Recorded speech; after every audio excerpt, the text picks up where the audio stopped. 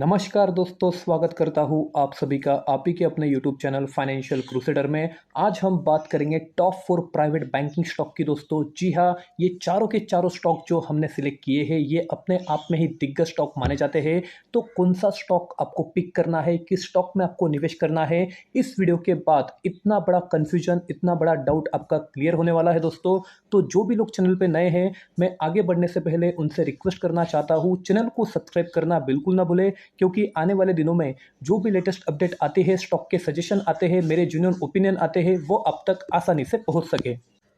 तो जैसे कि आप देख रहे हैं दोस्तों, इस वीडियो में हम 4 स्टॉक की बात करेंगे। इसमें एचडीएफसी बैंक होगा, आईसीआईसीआई बैंक होगा, कोटक और एक्सिस बैंक की कंपैरेटिव एनालिसिस हम आपके लिए लेके आए हैं। और इस वीडियो के जरिए हम आपके साथ कुछ इंपॉर्टेंट पैरामीटर डिस्कस करेंगे। वो है दोस्तों PE ratio, PB, ROE, ROCE, net NPA, capital adequacy ratio, CASA ratio, PEG ratio, CAGR और जो भी कुछ नेट प्रॉफिट मार्जिन है, रेवेन्यू ग्रोथ है पिछले 5 साल का। और इसके बाद जो सबसे इंपॉर्टेंट है दोस्तों, मैं आपके साथ रिजल्ट शेयर करूंगा इन सारे पैरामीटर्स में। किस बैंक ने यहाँ पर लीड किया है, कौन सी बैंक आपके लिए अच्छी हो सकती है, कौन सी बैंक आपको अच्छे वैल्यूएशन पे मिल सकती है, और लॉन्ग टर्म के लिए आपको कौन सी बैंक में निवेश करना चाहिए। और मेरे 2 पिक जो मुझे पर्सनली अच्छे लगते हैं बैंकिंग सेक्टर से। तो बिना कुछ देर किए बढ़ते हैं आज के वीडियो की ओर। सबसे पहले हम बात करेंगे पीई रेशो की, प्राइस टू अर्निंग रेशो की। जैसे कि आप देख रहे हैं दोस्तों, अगर इस रेशो की हम बात करें तो एक्सिस बैंक ने यहाँ पर लीड किया है। इसका पीई रेशो लगभग 24.66 का हमें दिखाई देता है, जो काफ़ी कम है। और देखिए, पीई रेशो जितना कम हो उतना अच्छा माना जाता है। इसके बाद अगर हम बात करें तो एचडीएफसी बैंक हमें दिखाई देती है। जो आपको राइट साइड में दिखाई दे रहा है दोस्तों, वो पैरामीटर के अकॉर्डिंग उनकी रिस्पेक्टिव रैंकिंग हमने यहाँ पर दिखाई है। जैसे कि आप देख रहे हैं दोस्तों, एचडीएफसी बैंक के बाद हमें आईसीआईसीआई बैंक और कोटक बैंक हमें दिखाई दे रहा है। इसके साथ हम बात करते हैं नेक्स्ट पैरामीटर की, जो है दोस्तों पीबी रेशो। जी हाँ, अगर इस रेशो की हम बात करें, जो कितना कम हो उतना अच्छा माना जाता है। अगर इस फैक्टर की भी हम बात करें तो एक्सिस बैंक ने यहाँ पर लीड किया है दोस्तों, जिसका पीबी रेशो लगभग 2.09 का हमें दिखाई दे रहा है, जो काफ़ी शानदार है। इसी के साथ अगर बात करें तो ICICI bank followed by HDFC bank and then Kotak bank, इनके हमें दिखाई देते हैं। नेक्स्ट स्टॉक की अगर हम बात करें दोस्तों, नेक्स्ट पैरामीटर की अगर हम बात करें, जो आरओई मतलब रिटर्न ऑन इक्विटी हमें दिखाई देता है, मतलब इक्विटी इन्वेस्टमेंट पे स्टॉक ने कितना अच्छा रिटर्न दिया है अपने इन्वेस्टर को। तो जैसे कि आप देख रहे हैं, एचडीएफसी बैंक की अगर हम बात करें तो इस फैक्टर में कहीं ना कहीं लीड करती हुई हमें दिखाई देती है, लगभग 16.61, मतलब एक काफी अच्छा आरओई हमें दिखाई देता है बैंकिंग सेक्टर से।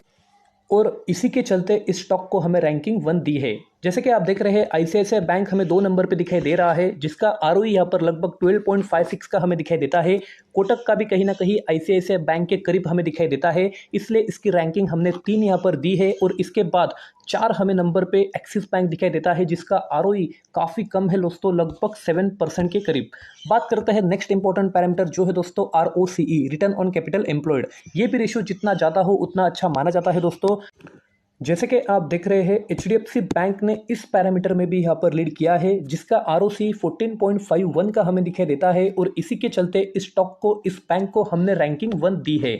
इसके बाद अगर हम बात करते हैं तो नंबर 2 पे आता है कोटक बैंक, जिसका आरओसी लगभग 12.26 का हमें दिखाई देता है, followed by ICICI bank and then Axis bank. Axis bank के अगर आरओई और आरओसी की बात करें तो काफ़ी कम हमें दिखाई दे रहे हैं। बात करते हैं दोस्तों नेक्स्ट इंपॉर्टेंट पैरामीटर, जो है एनपीए। जी हाँ दोस्तों, अगर हम किसी बैंकिंग स्टॉक की एनालिसिस करते हैं तो किसी भी बैंक के नेट एनपीए देखना काफी इंपॉर्टेंट हो जाता है। एनपीए मतलब क्या, तो नॉन परफॉर्मिंग एसेट। और ये जितने कम हो उतना आने वाला दिनों में कंपनी को और बैंक को अच्छा खासा फायदा हो सकता है। आपको बता दूं तो एचडीएफसी बैंक के एनपीए काफी कम हमें दिखाई देते हैं, जो कहीं ना कहीं काफी काबिले तारीफ है दोस्तों। और इसी के चलते एचडीएफसी बैंक की रैंकिंग हमने 1 दी है। नेट एनपीए की अगर बात करें तो 0.4 के हमें दिखाई देते हैं एचडीएफसी बैंक के। इसके बाद अगर हम बात करें एक्सिस बैंक की, तो कहीं ना कहीं 1.05 के हमें दिखाई देते हैं। रैंकिंग 2 पर हमें एक्सिस दिखाई देती है, फॉलोड बाय कोटक और आईसीआईसीआई बैंक। इसी के साथ बात करते हैं नेक्स्ट इंपॉर्टेंट पैरामीटर, जो है दोस्तों कैपिटल एडिक्वेसी रेशो। जी हाँ, ये भी रेशो काफ़ी इंपॉर्टेंट पैरामीटर हो जाता है अगर हम किसी बैंक की एनालिसिस करें। जैसे कि आप सभी को पता होगा दोस्तों, कैपिटल एडिक्वेसी रेशो किसी बैंक के लिए जितना ज़्यादा हो उतना अच्छा माना जाता है। तो इस फैक्टर में हमें कोटक बैंक कहीं ना कहीं लीड करता हुआ दिखाई दे रहा है, जिसका कैपिटल एडिक्वेसी रेशो 22.26 का हमें दिखाई दे रहा है। इसी के बाद हमें ICICI bank, HDFC bank and then Axis bank हमें दिखाई दे रही है। बात करते हैं दोस्तों सबसे इंपॉर्टेंट पैरामीटर जो है कासा, मतलब current account to saving account ratio. ये जितना ज़्यादा हो उतना अच्छा माना जाता है दोस्तों, क्योंकि आप सभी को जैसे पता होगा करंट अकाउंट पे की कोई तरह का इंटरेस्ट बैंक को नहीं देना होता है, और इसी के चलते ये एक अच्छा खासा पॉइंट माना जाता है किसी बैंक के लिए।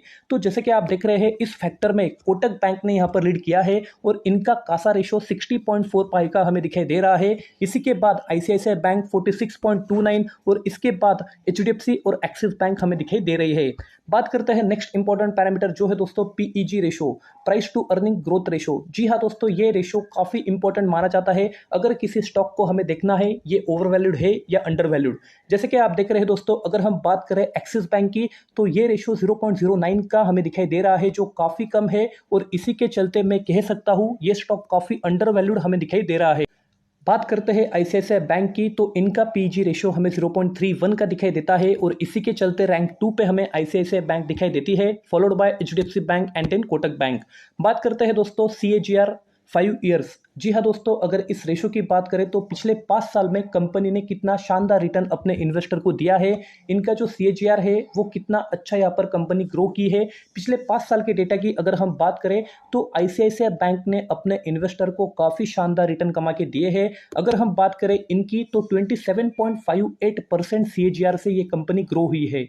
इसी के साथ अगर हम बात करते कोटक की तो 22 के करीब हमें इसका सीएजीआर दिखाई देता है पिछले 5 साल का, followed by HDFC bank and then Axis bank. बात करते हैं दोस्तों नेक्स्ट इंपॉर्टेंट पैरामीटर जो है 5 year average net profit margin, मतलब पिछले 5 साल का इनका जो नेट प्रॉफिट मार्जिन है ये कितना हमें दिखाई देता है। तो जैसे कि आप देख रहे हैं एचडीएफसी बैंक ने इस फैक्टर में यहाँ पर लीड किया है, इस पैरामीटर में लीड किया है, और 18.59% का इनका नेट प्रॉफिट मार्जिन हमें पिछले 5 साल के एवरेज इनका दिखाई देता है, जो काफी शानदार है। इसके बाद अगर हम बात करें तो Kotak bank and then ICICI and Axis bank हमें दिखाई दे रही है। इसी के साथ बात करते हैं नेक्स्ट इंपॉर्टेंट पैरामीटर जो है दोस्तों पिछले 5 साल में इस बैंक के किसी स्टॉक ने रेवेन्यू ग्रोथ कैसी हमें दिखाई है। तो जैसे कि आप देख रहे हैं एचडीएफसी बैंक ने भी इस पैरामीटर में लीड किया है, और इनका जो रेवेन्यू ग्रोथ है पिछले 5 साल में लगभग 16% से ग्रो हुआ है।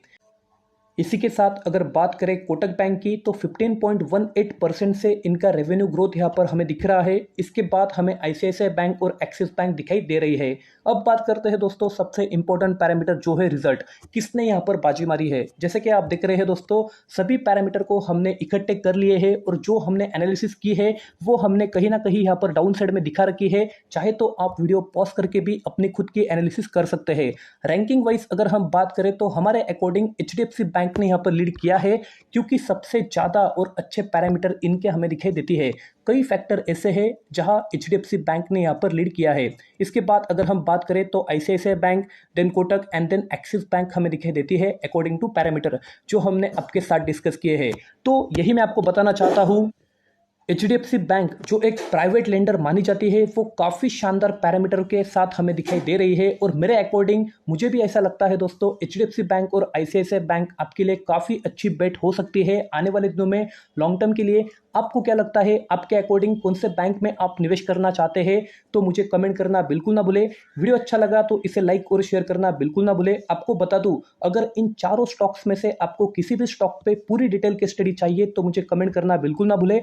आने वाले दिनों में मैं इसके ऊपर एक अच्छा और एक इन्फॉर्मेटिव वीडियो भी आपके लिए बना के लेके आऊंगा। वीडियो के साथ बने रहने के लिए धन्यवाद। इसी के साथ आज का वीडियो समाप्त करते हैं।